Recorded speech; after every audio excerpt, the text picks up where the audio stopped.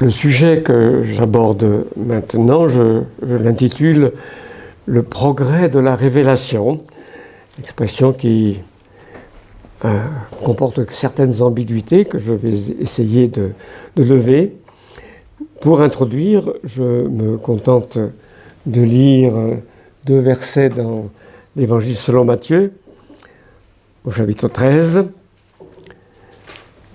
Donc après avoir expliqué pourquoi il parle à la foule en parabole, Jésus dit que pour ceux du dehors, tout se passe en parabole. C'est une explication du rapport des non-croyants aux réalités dont parle le texte. C'est un rapport qui reste extérieur, il ne touche pas à ce dont il est vraiment question, au mystère du royaume des cieux. Donc après avoir dit cela, Jésus dit à ses disciples: « Heureux sont vos yeux parce qu'ils voient et vos oreilles parce qu'elles entendent. Amen, je vous le dis. Beaucoup de prophètes et de justes ont désiré voir ce que vous regardez et ne l'ont pas vu.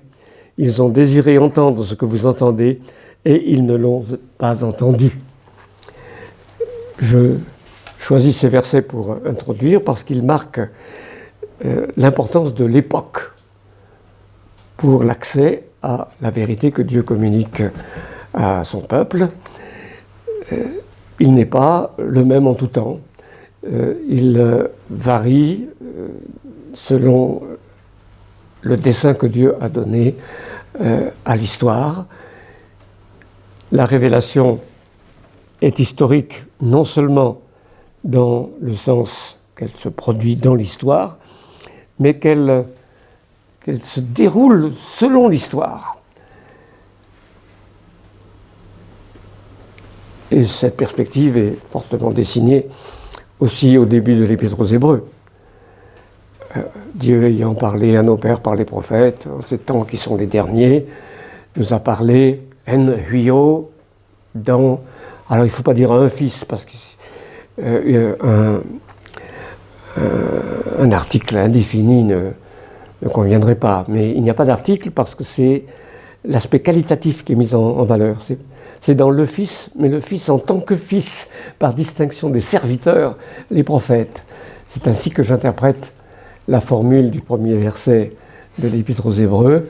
Il nous a parlé, en quelque sorte, filialement, par une médiation filiale là, alors que précédemment, il avait parlé au Père par les prophètes de manière diverse, plusieurs façons, plusieurs temps. La perspective est clairement historique. On peut associer à cette affirmation la reconnaissance de l'importance de la narration dans l'ensemble biblique. Il ne faut pas réduire tous les genres bibliques à celui de la narration, comme ça a été, je pense que c'est en train de passer un peu la mode pendant un certain temps. Et il y a des genres qui ne sont pas proprement narratifs, comme le psaume ou la méditation de sagesse. Et là, je suis aussi reconnaissant à Paul Ricoeur de l'avoir dit assez clairement, à l'époque où la mode privilégiait uniquement la forme du récit, il a su dire non, ce n'est pas la seule. Et à propos de la glorification de l'histoire, j'aime aussi citer une déclaration du remarquable théologien et éthicien Oliver O'Donovan, qui, dans son livre sur la résurrection comme fondement de la morale, souligne très fortement qu'un pur historicisme se détruit lui-même. L'historicisme qui absolutise le changement historique s'effondre, se dissout. Pour que l'histoire ait un sens, il faut qu'il y ait un cadre, des repères à partir desquels l'histoire puisse être située. Donc, si je dis qu'il y a révélation progressive dans l'histoire, c'est parce que l'histoire compte, mais ce n'est pas une attribution d'exclusivité quant au réel, à l'aspect séquentiel de l'histoire. Alors cette histoire biblique ne se déroule pas selon deux schèmes qui ont eu du succès dans l'histoire de la pensée chrétienne, essentiellement moderne. Elle ne se déroule pas selon un schème d'évolution du type biologique, d'évolution plus ou moins darwinienne, comme l'empreinte en demeure dans l'esprit de beaucoup. Il est presque évident pour beaucoup qui interprètent l'Ancien Testament, et en particulier à l'aide de la méthode historico-critique qu'ils veulent dépasser mais qu'ils présupposent, beaucoup lisent l'Ancien Testament comme s'il est évident qu'une pensée plus raffinée, qu'une pensée plus approfondie est d'un âge ultérieur, qu'on va forcément des formes frustes et rudimentaires. Alors, dans le cas du schéma, qui je crois est encore un schéma très très répandu, d'un polythéisme qui est très, très païen au fond, vers le monothéisme, en passant par l'énothéisme, et le monothéisme n'étant atteint qu'après l'exil. C'est un schéma évolutionniste qui est répandu, mais qui contredit ce que l'Écriture suggère elle-même de sa structuration. Donc, en soulignant une révélation progressive, je ne veux pas du tout adopter ce schéma évolutionniste. D'une part, ce progrès de la révélation est un progrès qui se déroule entièrement dans la vérité. Ce n'est pas de forme erronée, de forme plus ou moins faussée par correction et affinement que l'on progresse. C'est en précision, c'est en richesse d'information, mais tout est dans la vérité, car c'est le Dieu de vérité qui est au départ du processus. Et puis d'autre part, alors, j'éloigne aussi tout schéma de progression dialectique à la Hegel.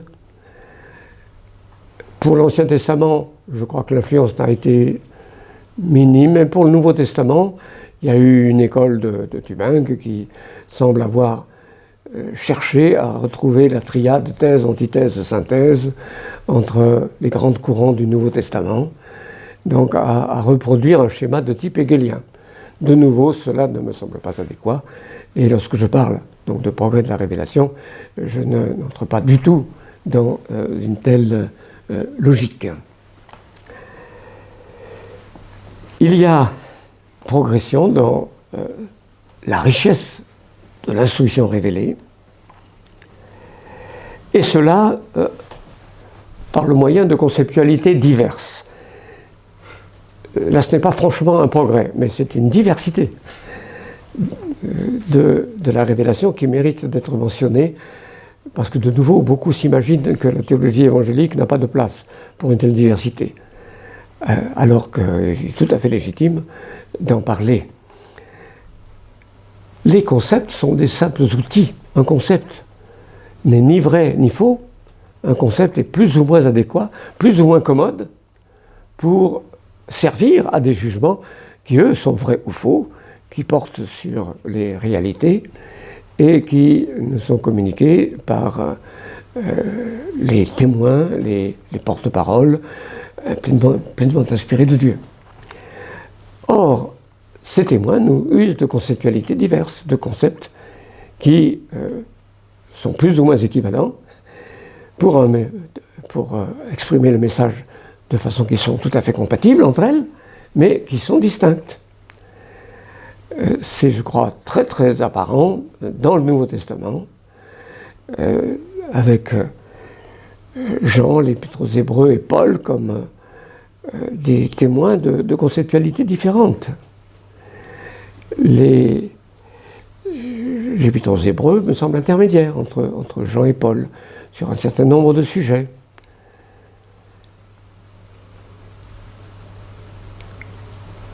Le point de vue de l'apôtre Paul est à coup sûr christocentrique, théocentrique, dans ce sens que c'est la vision de Dieu et du Christ comme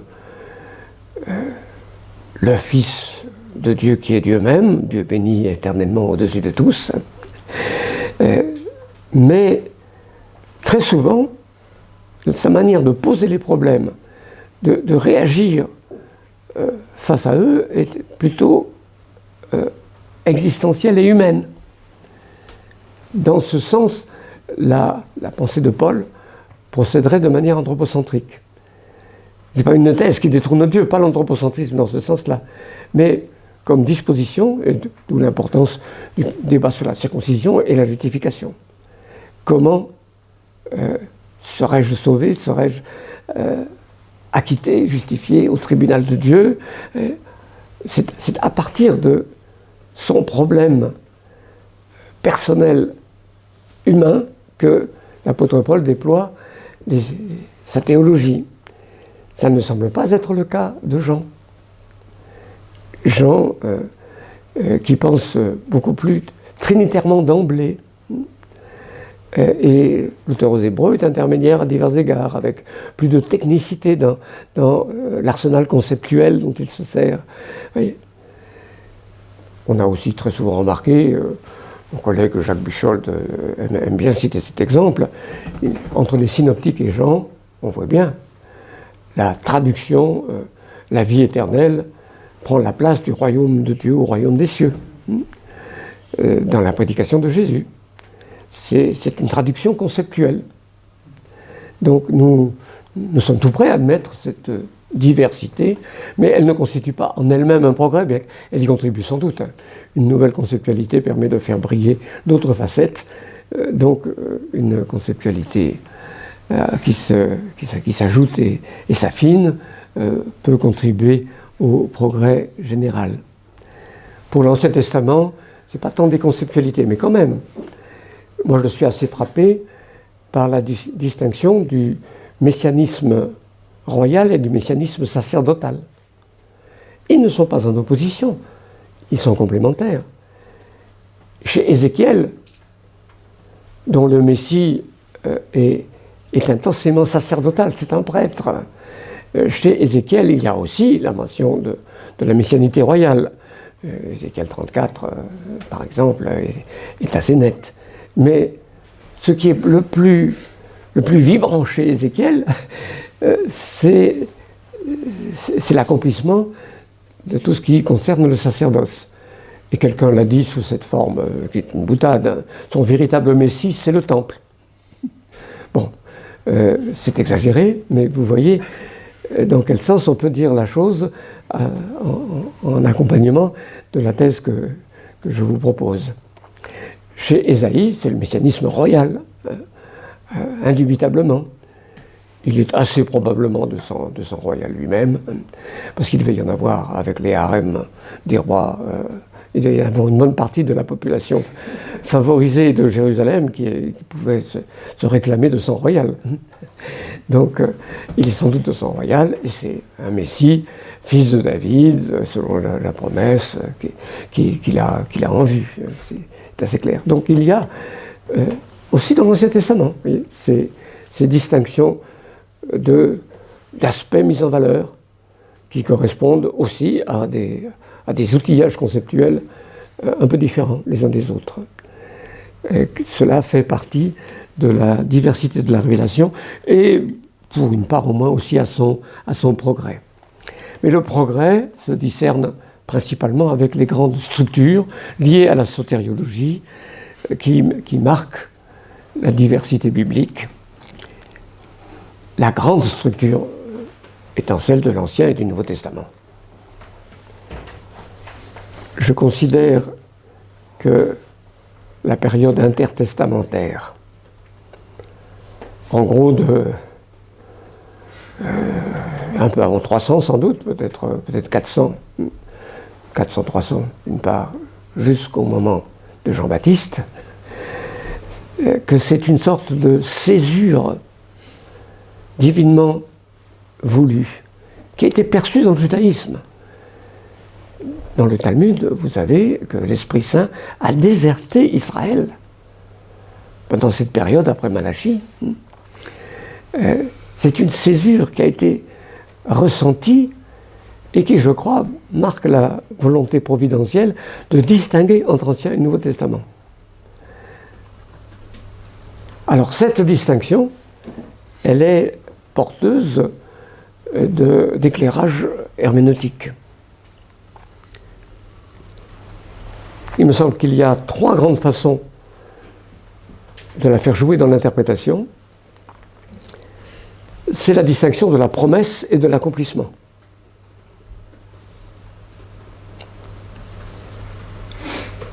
Elle est fortement en évidence dans l'Évangile selon Matthieu, par exemple, avec la répétition « ainsi s'accomplit ».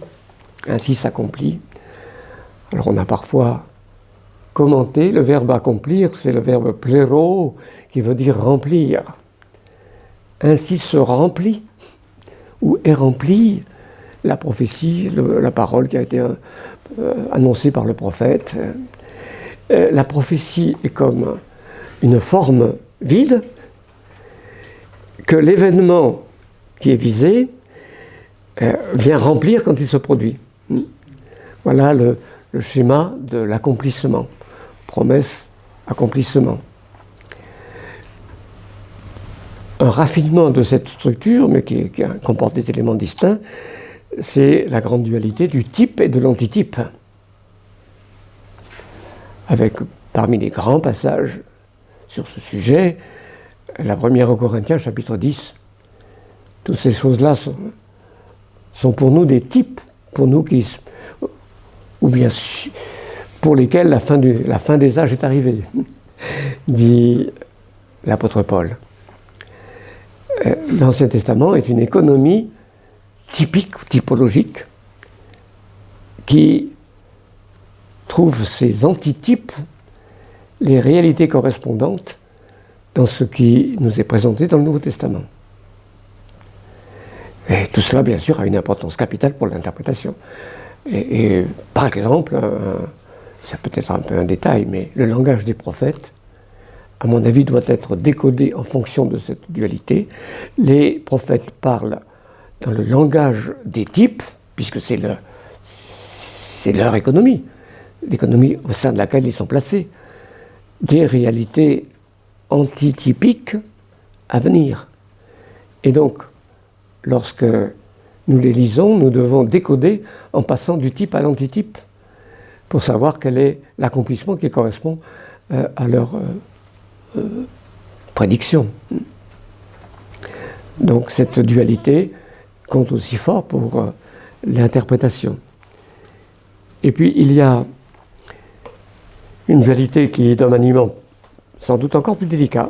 Enfin, tout est délicat. Il faut toujours être très prudent. Mais c'est celle de la loi et de la grâce. L'antithèse,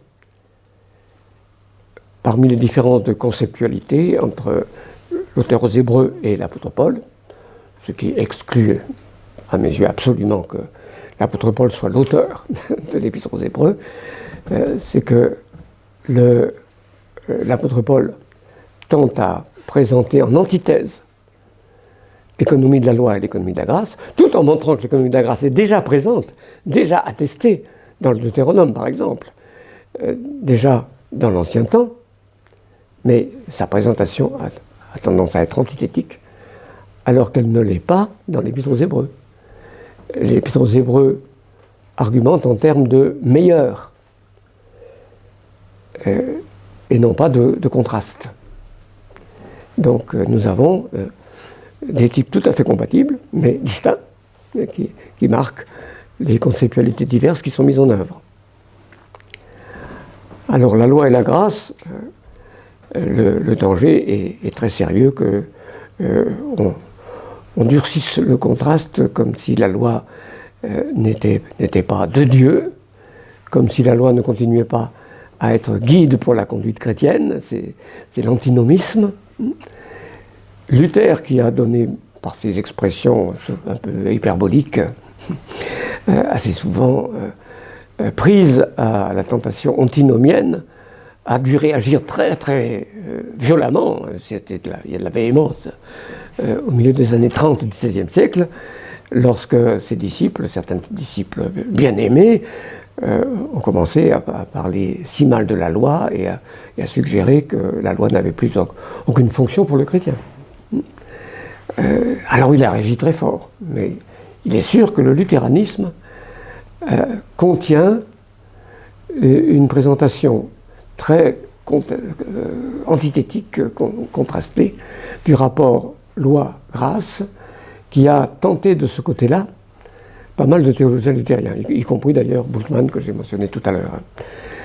Donc nous avons là un autre modèle.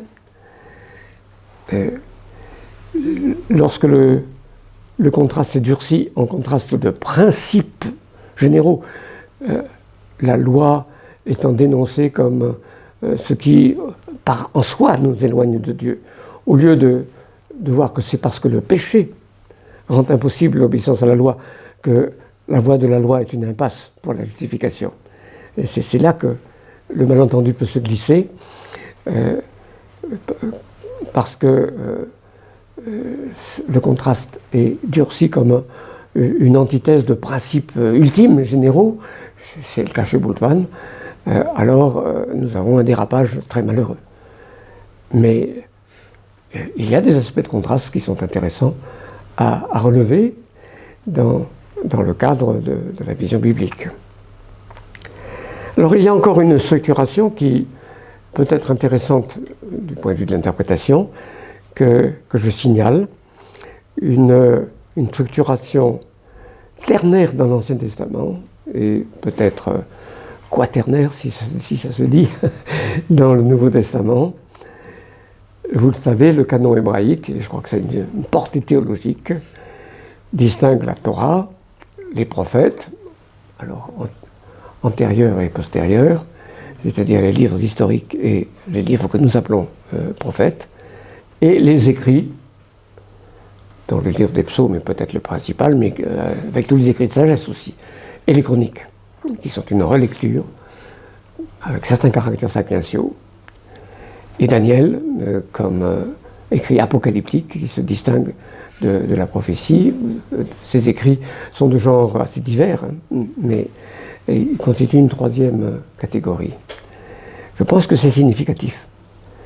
Avec la Torah, il y a, à mon avis, l'image très, très commode de la fondation.